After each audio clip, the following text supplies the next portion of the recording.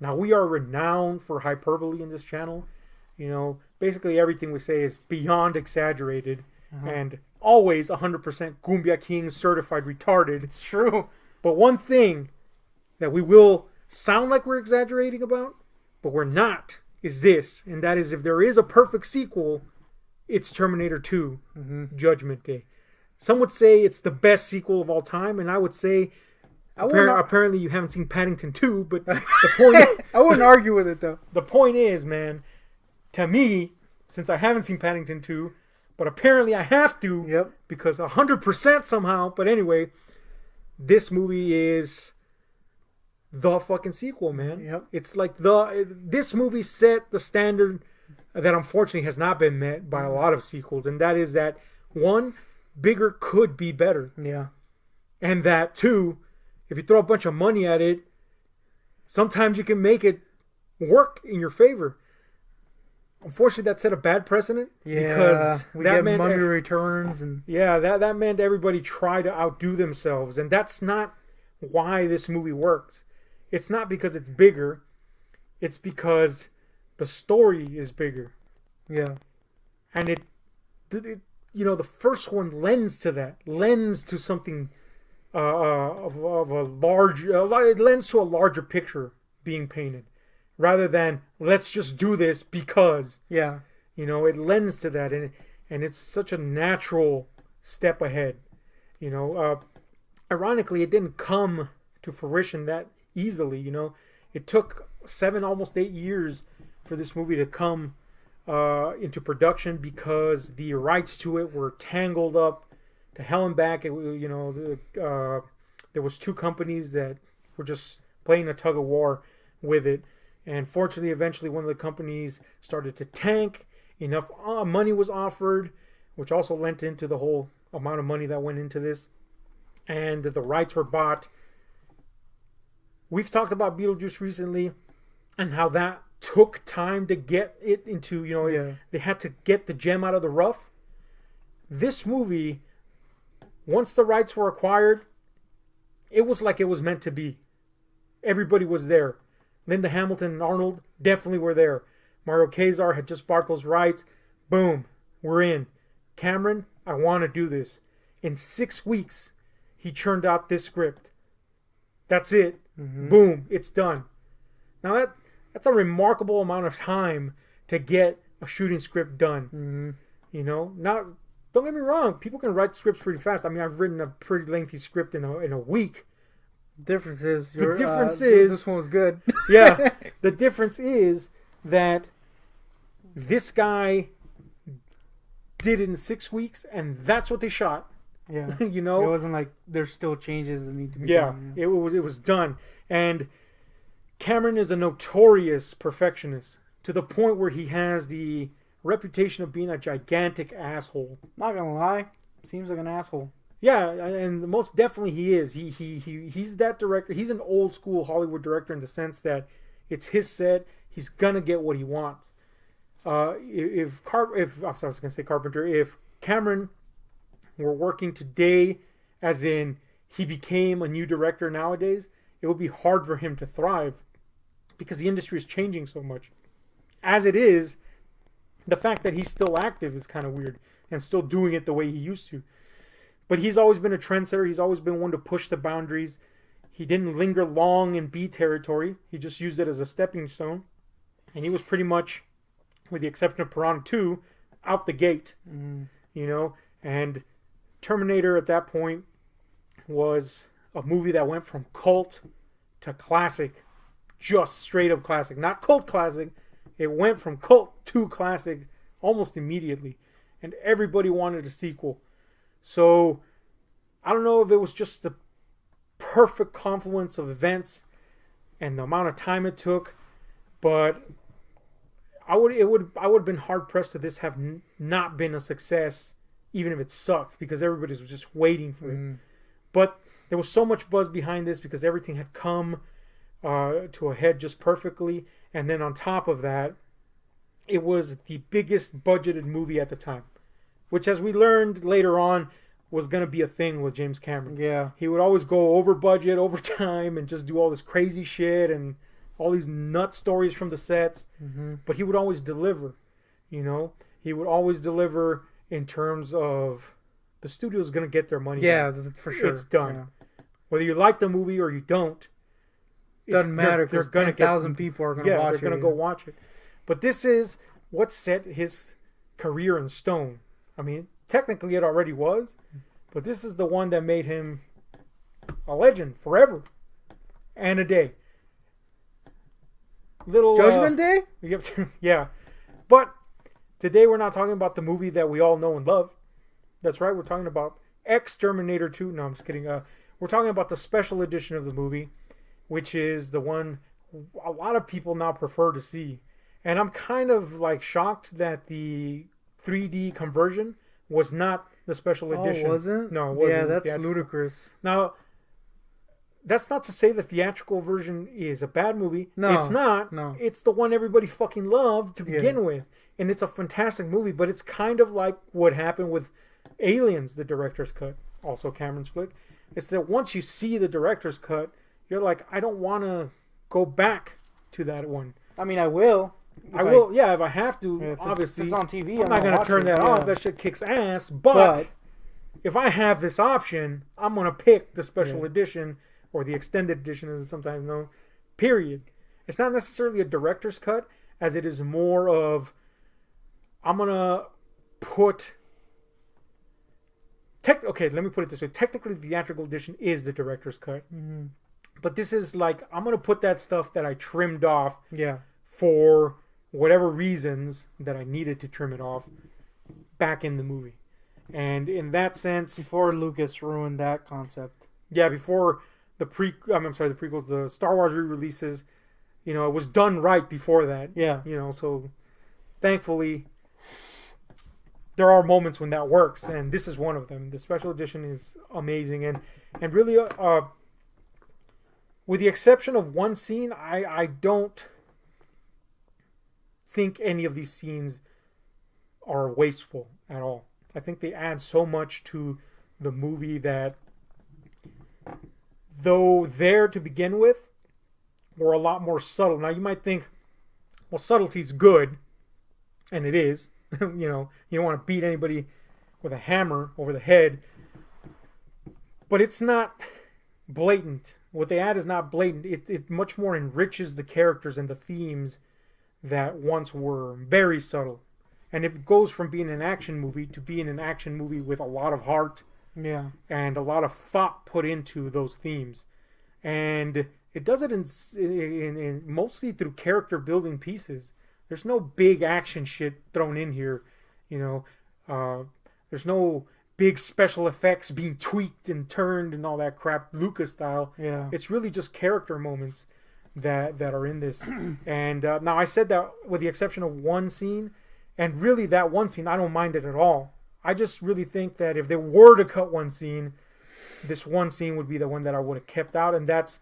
a scene towards the beginning, the first third, or I should say the first act of the movie, where Sarah first has a vision of Kyle Reese, you know, a dream, as it were.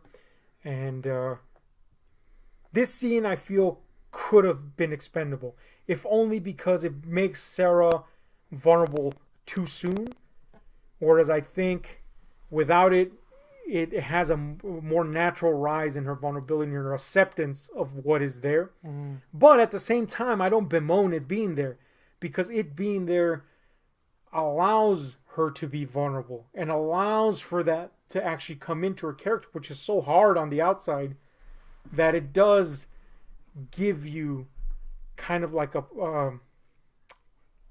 it kind of prompts you, this is coming, without ever just kind of making you hard turn into it.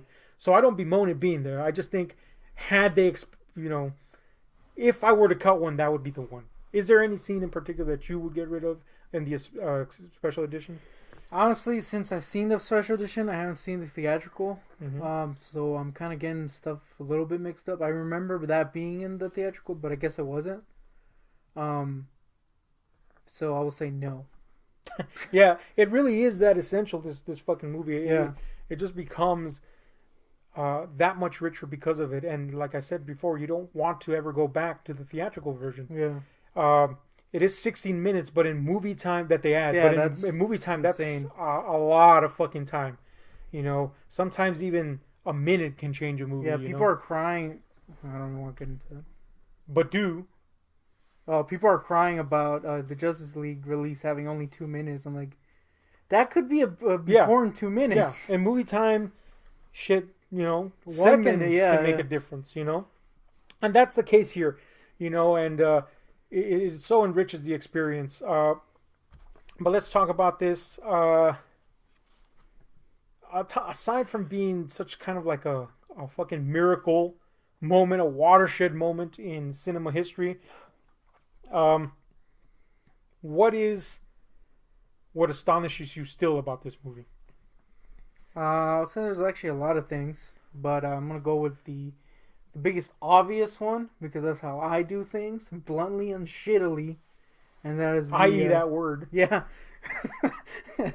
The effects. The effects? I think the effects are. Well, we're still seeing the effects of these effects Yeah. in cinema. Let's just say that CG wasn't really a thing. I mean, it was, but not to this degree before this movie. I mean, you saw those same effects in The Abyss, but they weren't to this extent. You know, the watery effects, and they still hold up really well, with the exception of that dummy though.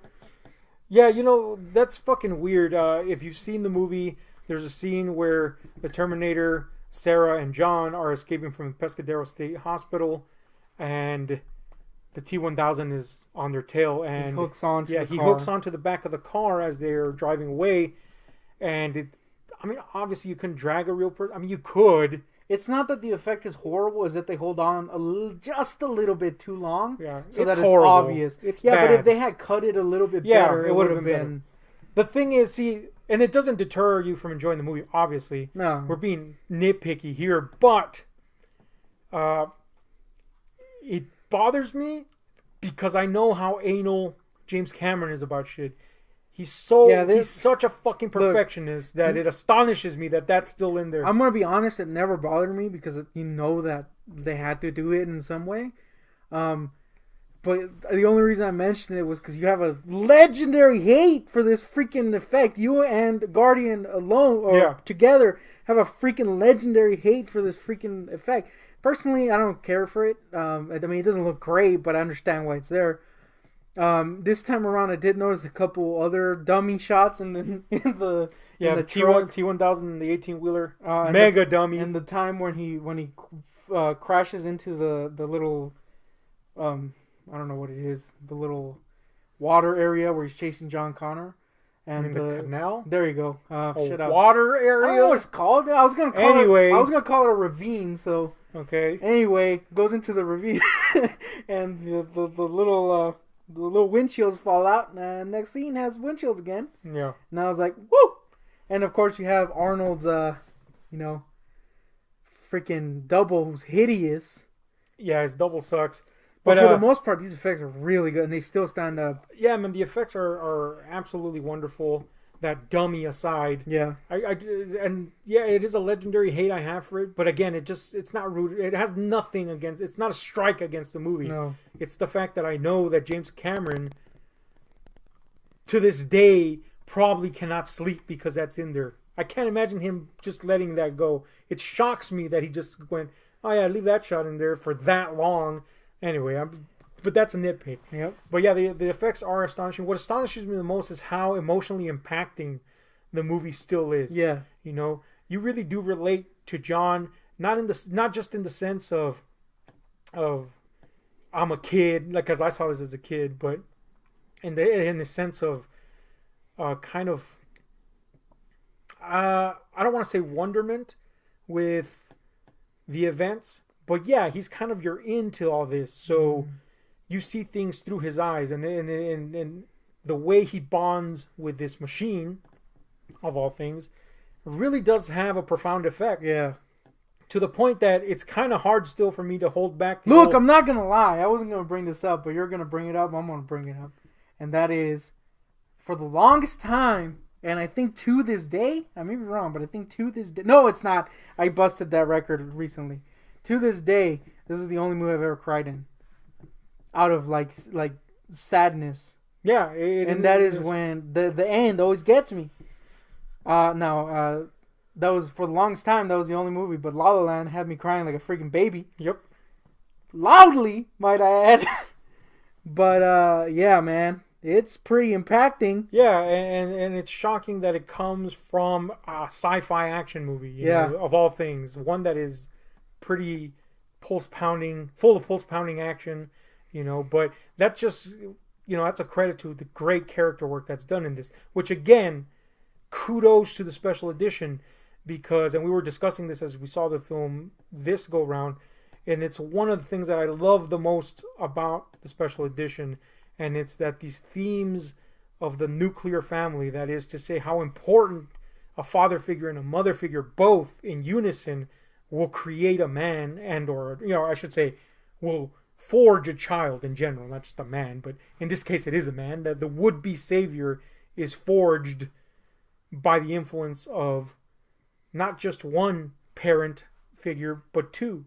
And ultimately, the special edition brings that so richly to the forefront. And just seeing Sarah struggle with that idea, but seeing how ultimately, if she would have been just the sole person to raise John, it would have not resulted in the same. And vice versa. If he would have just been around the Terminator, it would have not been the same. And at the same time, we see how John matures just in their presence. Though he has had father figures and mother figures, it's in their presence that he matures, and you begin to see the seeds of the leader. Because really, he at one point ends up making decisions for them. I will say that the thing that is, I'm not gonna say impressive, but pretty cool, is that you do, without it being too obvious, you do see him being the most human. In the movie, despite the fact that, you know, he's with his shitty step parents or whatever.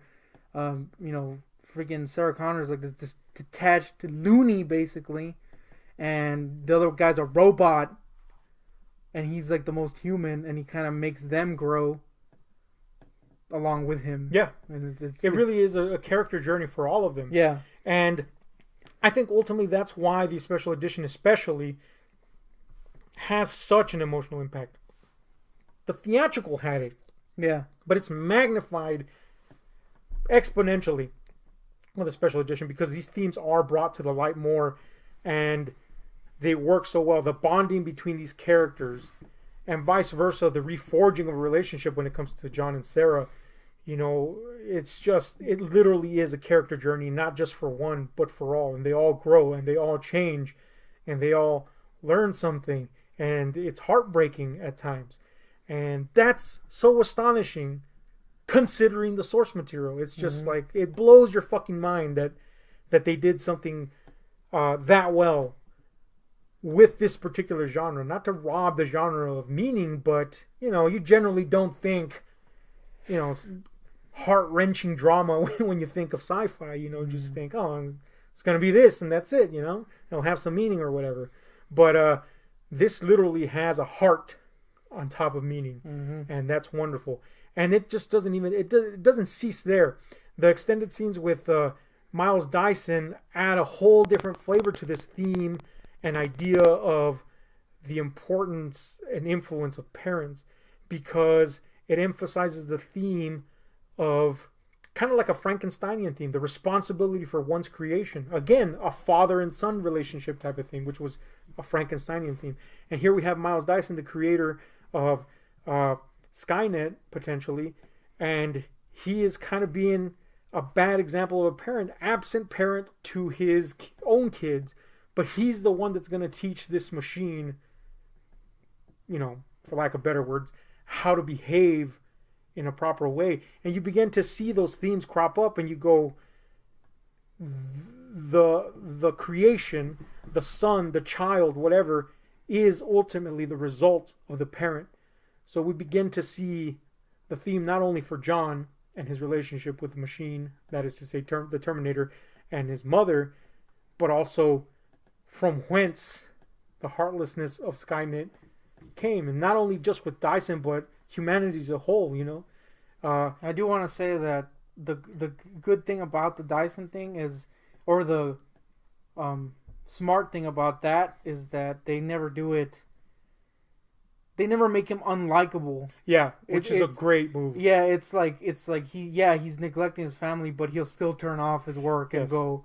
He's still a likable. And once he figures, once they tell him about what he's responsible for, he's like, all right, we gotta destroy it. They never make him like this insane, mad scientist. That's like, I gotta freaking do this. Like he's a person. He's a real person. And that's one of the best things they did in terms of avoiding tropes. Yeah. Whereas this trope has worked before, it would have cheapened this movie. Yes, making Miles Dyson have a conscience and recognize his role is such a breath of fresh air because you expect the exact opposite. It doesn't go to the cartoony levels where it's like, again, like a mad scientist doing whatever. Nah, he's like, I'll do this or whatever. Yeah. And it's literally... makes him likable. It makes him like a relatable, likable character. It's literally his life's work. Just like it would be giving up your own child, It's literally what he's done. He's spent so much man hours on this, but he's sacrificing his own child. Again, these themes just keep on cropping up. When is it the good time? When is it the bad time to be involved, etc.? And the special edition really does bring these things to life because there's so much more of that character development. Now, some people might bemoan the fact that it does cause this big gap between the T-1000 scenes, but I don't mind that at all. Did you? That was, I remember that being a thing in the original also. Yeah. Cut. I guess there is more time between them, but no, not really. Because at the time where the long gap happens, I think you had already gotten a lot of action in the beginning. Then you get that long gap where it's basically just them together, growing together as characters. And then he comes back, so it's kind of like, okay, it makes sense for it to slow down a little bit and give you a reason to give a shit about the movie. Which is another reason why I think that scene, the chip scene, was fine that it was cut out in the theatrical, because you do have that slow time period in which you do believe that the machine would start learning on its own without having the chip, altered. So I always liked that long period of time because it makes sense out of some stuff that might not necessarily make sense. Like, why is this machine carrying all of a sudden? Yeah. Despite the fact that, it is explained. I always like that long period where he's not there. And it gives you time to breathe and doesn't cheapen the T-1000. Like, once he comes back, you're like, oh, cool, he's back. Yeah. And he's going to kick ass again. Yeah. This is like, again, just to reiterate, a perfect movie or a perfect sequel in the sense that everything naturally progresses. But on top of that, the second act as a whole is not a lull. It's not a dip. It's actually used to a bigger benefit. Like you said, building up these characters, making you care about what's going on. And actually explaining the lore and stuff like that also. Versus what would have alternatively happened, and it's just, let's just get action scene after action scene after action scene. Well, we got that, and it was Terminator 3, and it fucking sucked. Yep. So this shows you the importance of characters in this movie. And unfortunately, in an action movie, studios would not listen to this, and they would just look at all the other stuff. Oh, big effects. Yeah. Blow 'em ups, and the typical summer action formula.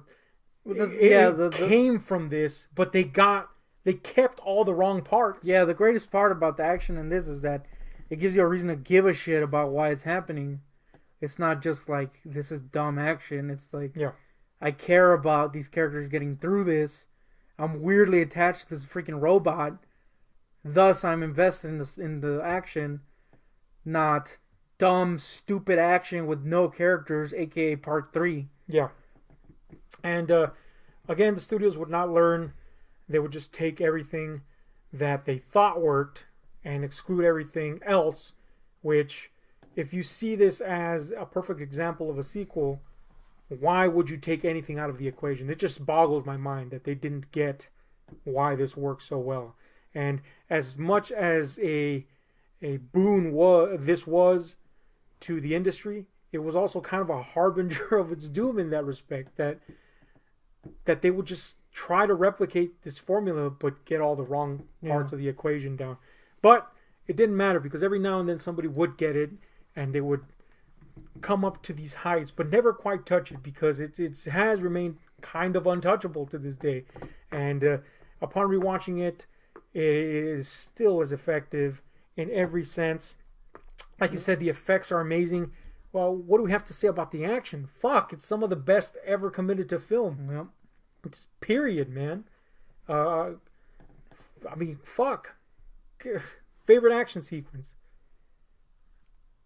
You'd think that'd be easy, but that's the thing. It's not easy. It's not. Everything's so fucking iconic and meaningful. I always had a soft spot for the fight in the steel mill between the T. I know you could count that entire scene as an action scene, but specifically when the T-1000 and the T-800 are fighting, and he smashes his face, because you kind of like, it always kind of got me like, oh, there's no going back. Yeah, exactly, man. I used to think that as a kid. Like, I would even formulate like ways that he could recover from this, knowing damn well that that's really when it starts setting in. Like, oh, it's done. Yeah, and then every smash is even more like, oh, that's it. And then once he dies, you're like, oh. Then he comes back, and it's really amazing. Yeah, you're absolutely right about that. I had that feeling as a kid. I still have it to this day, where it's like, come on, man. And that's another thing this movie gets so right. It's that it has scenes, sequences, etc., that to this day still grip you in a certain way. One of the best ones is the fake out, because we were so used to seeing Arnold as the evil. Oh yeah, or the enemy, I should say. Of course, now you know, but it still works. It still works, but you gotta put yourself in the frame of mind of. I don't even put myself in the frame of mind. Really, this movie is the frame of mind. Like, once you start watching it, you know you're in for a fucking ride. Yeah, but I'm just saying to for anybody who is now knows that, try to put yourself in the frame of mind back then. No, like, yo, I don't know if this because really it doesn't really tell you who's the good guy, other than the T-1000 kills a cop. The language that they use to mislead you and make you think one way is very cleverly played up. Yeah. I.e., when the T-800 comes out, he's behaving basically as the original Terminator did. When we see Robert Patrick's T-1000, though, you never see him kill the cop. You see him punch the cop, but you don't see the after effects of that. You don't know that he stabbed him through the gut, because they cut. They shoot it at the right angle. I'll say that. Cut away. Yeah, that's a good point. Like, now you assume he stabbed him, but it's not like they show his. Yeah. You don't even know his powers yet. Yeah, and his communication with people is a lot more articulate, a lot more social. So they misguide you into certain things, even subtle things like what they're driving, stuff like that, make you think that this is going to go the way it goes. And even then, now to this day, you know what's what, but it's still such a great scene when you realize, when John realizes, and you with him, that what he understands, and when you yourself understand to be the enemy, is not the enemy. Yeah. And it works again with Sarah. It has so many moments like that still work. Even now, even knowing, even as familiar as we are with the picture, it still works. And again, it's commendable to have achieved that so many times in one movie. And we just mentioned a few of them there, but there's so many times that it does that, especially with the emotional stuff. How can it do it? Yep, that's how good it is. One of the most effective scenes for me in recent time is when the T-800 goes and John Connor go into the aftermath of Sarah's attempt to kill Dyson. Mm-hmm. And, he does the hand thing, and then it cuts to them just talking and him filling him in on everything that's happening, and she's narrating. I always thought that was, it said like an eerie Yeah, it's feel. definitely haunting. And they choose the narrations for specific moments, and that's kind of always the feeling, like a haunting, Yeah. ominous nature to them. Like you kind of get the impact of the moment for Dyson, because at this point you already know what happens. They already shown you all the stuff with those characters, but it still makes it effective to put yourself in his position and being like, oh man, imagine you learning all that shit. Yeah, it's kind of, yeah, it's cool. It's yeah, effective, and still very effective. Another effective scene. Woo, that last bit with T-1000 banging away the little tear and being like, You mean the T-800? yeah, T-800, and being like, I know, no, we cry, but it's something I can't do, and then he kills himself. Yeah. Woo! You know, in a lot of ways, Arnold was born to play this role because he can't act for shit. Nope. But the fact that he's a robot, this is the best a robot can act, and that's the guy to play it. And that's like the perfect time where it's like, it's a freaking robot, and it works. It's still really sad. Yeah, in a lot of ways, Cameron is the guy that brought the best in Arnold out, even in True Lies, you know. But here is the epitome of Arnold's career, I think, that he played someone that fits his acting skills, which aren't great. Let's face the facts here. He was Commando, but here there is no flaw to be found because his skill level matches the material and the character he's playing, which, I do again, amazing. I'll save that for the recap.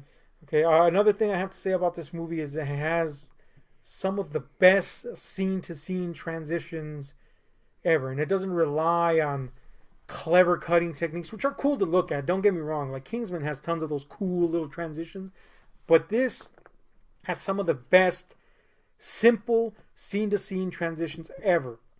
And especially in the first third of the movie, when we're catching up with these characters. The transition from character to character is so fluid that you don't even notice it unless you want to notice it. And it's so perfectly timed that you're right where you need to be when everything is set forward in motion. And that's super important because the first third, like you said, is basically action. Yeah. But it's caught you up with all these characters just right by cutting from scene to scene at the right moment. That when the emotional stuff, when the story-heavy stuff starts, you don't miss the action. Yeah. You don't need the action because you're right where you need to be with these characters. And that, again, is an amazing achievement, a juggling act that few can achieve, but they did it here, and that's... I think some of the coolest parts of what you're talking about is in how they, despite them being so fluid, they kind of set their own feel for each character. Yes. And I think the music has a lot to do with that. Like every time you see the T-800, you hear that dong, you know, a little kind of like sounds like a little bell, I guess. That little cool theme that you know and love. And then, you know, T-800 has this, or T-1000, they all have their own little feels. So when they come together, you're like, yeah, that's perfect the way it was done. And then, of course, it leads into the rest of the movie, which is pretty good. Now, it's good that you touched on the score because this, of course, has one of the most iconic themes, like, fucking ever, maybe. Who doesn't know this theme? In fact, I remember being annoyed by this theme when I went to go watch it wasn't good. Terminator Salvation. And one of the ushers was going around with his walkie-talkie making the theme. Yep. And I was like, dude, are you fucking serious? You think that's cool, don't you? That being said, this theme is cool. The theme is cool, but he made it fucking sucky. Yeah. But yeah, the theme is one of the most iconic themes in movie history. And the score, like you said, each one has... They each have their own sound. Yeah, a particular theme fitting the characters, the action sequences. I mean, everything just fits in terms of... I like the kind of like chaotic sound that the T-1000 chases have, where it just sounds like machines basically, and it's really chaotic. Yeah, it's really good. Freaking classic tunes right here. Now, we've been blowing the shit out of this movie, but with the exception of that fucking ragdoll Yep. T-1000, But let's get nitpicky for a while here. Can you point out anything else that if you had to nitpick at this just to find something, you're at odds with, what would it be? If anything. Man, I don't know. That I already mentioned it. Then it's that when they crash, and besides that, the thing, Arnold's hideous freaking stunt double. The part. This is kind of a nitpick, but at the same time I can't because it was an actual effect. Was when when the T-1000 jumps off the little crashing truck and he rolls and looks fake as shit, and it just looks like a fake ball. But there's another angle of that effect in the behind the scenes, and nope, that was a real guy. Yep. So I can't really complain about it. I don't know. Honestly, I can't think of anything. I'm sure there's something, but I got can't a couple, and that's at the end when Arnold has lost his arm. Oh God! How did I forget that? I should say the T-800 has lost his arm. Yes. Arnold was, he was a fucking monster in terms of muscle mass. So it's pretty hard to hide his real arm. And green screen, though it was a thing, they chose not to do it here. And it didn't look good. Now, look, I don't necessarily agree with you on when he's already destroyed, because I can explain it. I can lamely, fanboyishly explain it by the T-1000 did that thing and it spread his body out. But there is one part after he breaks his arm off and gets up, and I had never noticed this before, but you could see his entire arm in the back in a freaking arm sock. Yeah. In a black sock, and I was like, oh no. My entire childhood was destroyed. Shattered. Dude, that sock is so obvious. You can almost see each individual finger. So yes, I will agree with you on this one. Woo! There's another scene that this is the first time I noticed it, and I know you noticed it too. And it's during the Pescadero escape sequence. Oh, neck guy? No, not neck guy. During the Pescadero escape sequence, Sarah and John are in the elevator. T-800 is kind of running after them because the T-1000 is on their trail, and they cut to a shot behind Arnold, and he's running towards them. And for some reason, oh yeah, he's running like super gay. What was that? He's holding like his gun and then like his other hands like this. Yeah, that was fucking weird. I never noticed that before, but I was like, wow, that's the gayest run I have ever seen in my life. At this point, though, we were too obsessed with one of the orderlies' massive neck. Yeah, there was a guy with a huge fucking neck. I mean, they shouldn't have done that to Silverman. They Sarah should have stuck the needle in that guy's neck because it was fucking huge. It would have taken too long to get anywhere.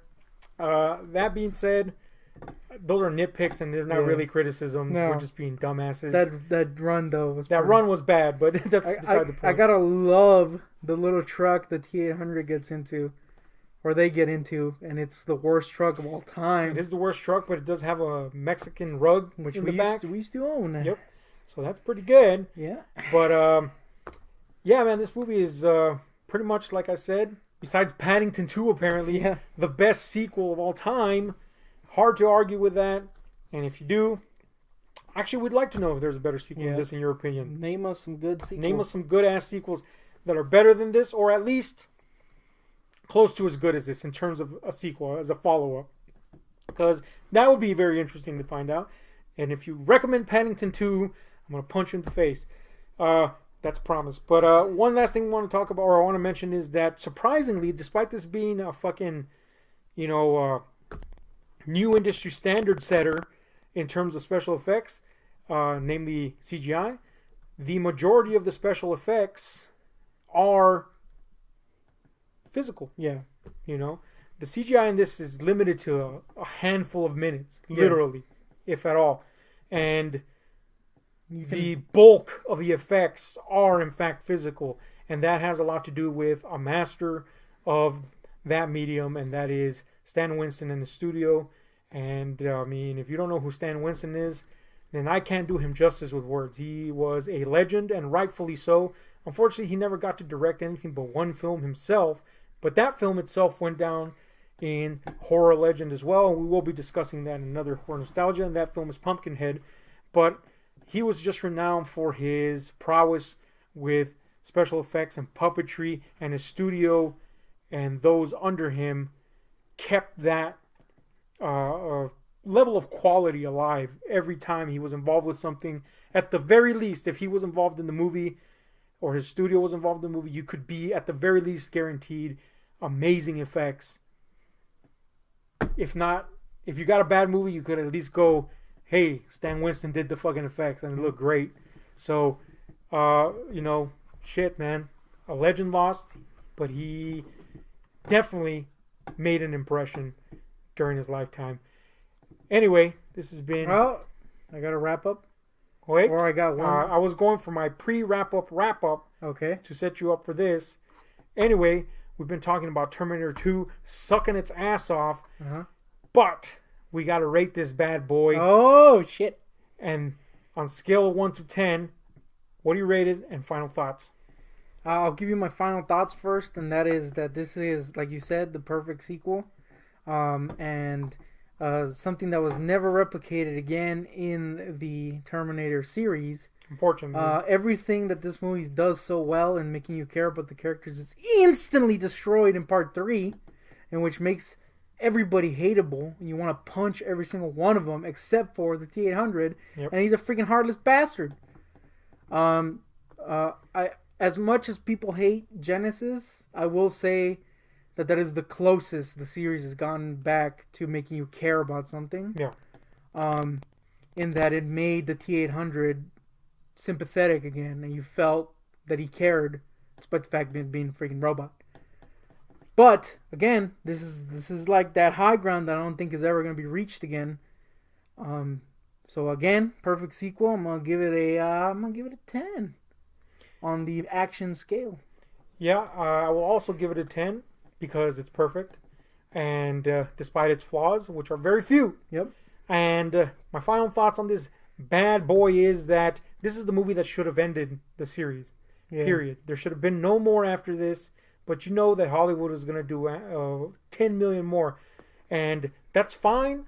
But the thing is that at one point you had to give up on Arnold Schwarzenegger. And this was that point because his character had reached the end. It had reached a height that it could not reach again in terms of his character. Even if he was playing another T-800, which of course he was in subsequent films, it didn't matter. This was the height of Arnold as a Terminator. Which is something I have to, again, commend Genesis for at least trying to make you care. And actually almost succeeding. Going into something emotional rather than just... Really, we should take a look at Genesis because I think it's really unfairly hated. I agree with you. I actually enjoyed Genesis. I think a lot of the criticism against it is uncalled for. And I really think it has to do with what it was saddled with already. People were already on the hate wagon because of its predecessors, that being 3 and Salvation, which 3 is the absolute worst, lowest point in this series. Terrible movie. Horrible, cheap knockoff of part 2. Salvation, it's not a horrible movie, but it's not the movie that should have been made. Yeah.